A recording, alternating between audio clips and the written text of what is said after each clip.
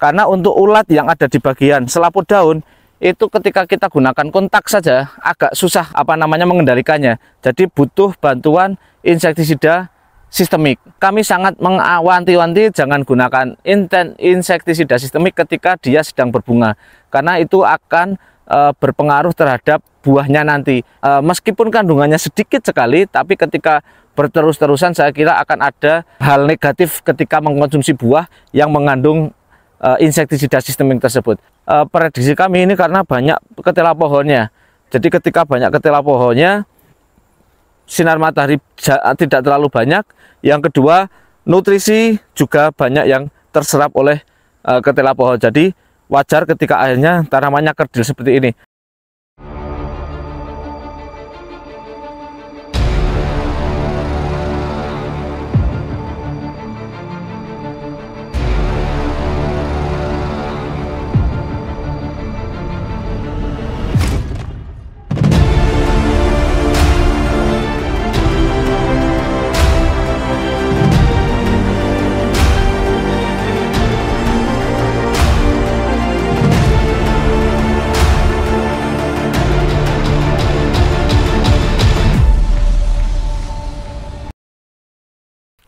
Jumpa lagi dengan kami di channel bibitbuahku.com. Di video kali ini kita sedang berada di lahan kebun alpukat milik salah satu customer kami yang dulu sempat kita buatkan videonya, dan videonya ada di sini. Nah, silahkan Anda klik. Di situ kita menjelaskan dulu survei lokasi untuk penanaman alpukat, dan lokasinya di dataran rendah, yaitu di kecamatan di daerah Suruh, Salatiga, dan ini bekas sawah. Dan alhamdulillah beberapa pertumbuhannya bagus. Ini tunasnya banyak banget. Alhamdulillah tunasnya banyak banget, karena memang di 1 bulan terakhir ini perawatannya intensif. Tapi ada beberapa kendala yang akan kami sampaikan. Salah satunya di pohon ini banyak ulat yang itu berada di selaput daun. Itu sangat mengganggu sekali, dan ini banyak didapati di pohon ini.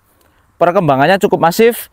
Ini alpukat kayangan. Kita nanti tunjukkan beberapa hama yang ada banyak menyerang pohon alpukat yang banyak menyerang, yang terserang ini contohnya.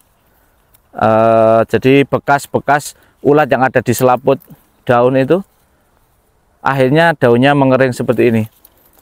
Ini usianya sekitar 10 bulan. November penanaman di 2023. Dan ini alpukat kayangan memang pertumbuhannya tidak yang optimal sekali, tidak yang istimewa, tapi masih bisa normalkan lagi, karena akhirnya beliau setelah ini mau lebih mengoptimalkan lagi dalam hal perawatan. Ini dulunya di bagian bawah adalah tanaman ketela pohon, dan di bagian sini ini ketela ubi jalar. Dan yang bagian sini ketela pohon. Jadi banyak pohon yang ternaungi, terutama yang bagian sini. Nanti kita tunjukkan beberapa tanamannya itu agak kerdil.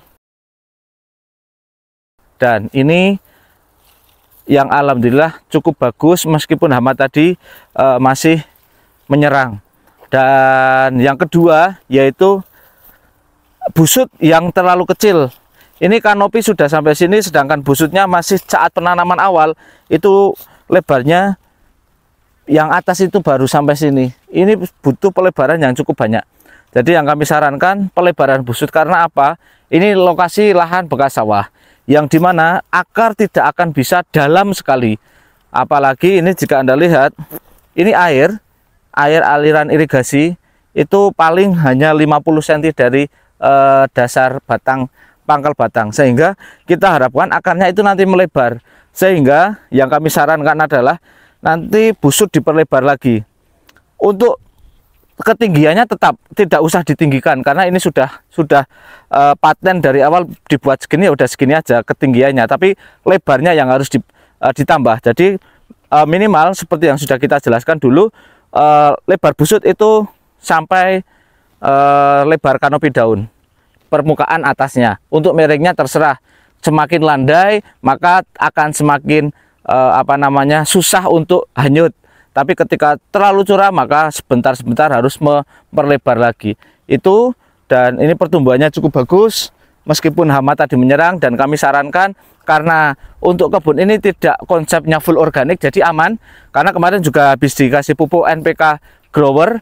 Dan ini kita juga sarankan untuk penyemprotan insektisida, baik itu insektisida sistemik maupun kontak. Karena untuk ulat yang ada di bagian selaput daun itu ketika kita gunakan kontak saja agak susah mengendalikannya. Jadi butuh bantuan insektisida sistemik, yang itu kita siramkan di bagian perakaran. Nanti juga kita semprot di bagian atas. Untuk sistemik aman, dan kami sarankan untuk jangan terlalu sering. Meskipun kita sarankan untuk sistemik, tapi hanya saat hama ulat yang ada di selaput daun itu hilang.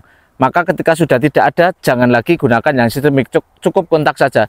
Dan kami sangat mewanti-wanti jangan gunakan insektisida sistemik ketika dia sedang berbunga, karena itu akan berpengaruh terhadap buahnya nanti, yang dimana meskipun kandungannya sedikit sekali, tapi ketika berterus-terusan saya kira akan ada hal negatif ketika mengkonsumsi buah yang mengandung insektisida sistemik tersebut. Jadi kita sarankan hanya saat fase pertumbuhan, dan itu pun ketika saat ada ulat yang memang susah dikendalikan dengan insektisida kontak. Kemudian banyak juga tanaman yang pertumbuhannya bagus tapi tidak kunjung tunas seperti ini. Akhirnya kami sarankan untuk juga kasih ZPT atau zat perangsang tumbuh, di mana kita sarankan 2 merek. Mohon maaf kita sebutkan karena memang di sini kita melakukan pendampingan, jadi kita sampaikan apa adanya, mereknya apa yang bagus, yang mudah dicari. Itu contohnya Atonik, itu mudah dan sering dipakai. Ada yang lebih bagus yaitu Dekamon. Kita lebih sering menggunakan Dekamon dan kami lihat hasilnya lebih bagus. Namun ketika menggunakan Atonik pun tidak masalah. Semprot berbarengan dengan insektisida plus pupuk daun. Lah, ini salah satu tanaman yang cukup kerdil pertumbuhannya, namun batangnya masih cukup muda, jadi masih bisa diperbaiki, masih bisa dioptimalkan. Untuk yang tanaman ini tidak kita ganti, rencananya kita alhamdulillah kemarin prediksi kami ini karena banyak ketela pohonnya. Jadi ketika banyak ketela pohonnya, sinar matahari tidak terlalu banyak. Yang kedua, nutrisi juga banyak yang terserap oleh ketela pohon. Jadi wajar ketika akhirnya tanamannya kerdil seperti ini. Dan alhamdulillah ketela pohon mau dibersihkan dan ini sudah bersih. Harapannya nanti pertumbuhannya lebih bagus. Tapi kita memang sarankan untuk tetap dipacu dengan pupuk daun. Lah, pupuk daunnya yang mudah banyak, bisa ganda silde, bisa gromor atau jenis-jenis yang lain. Ini ada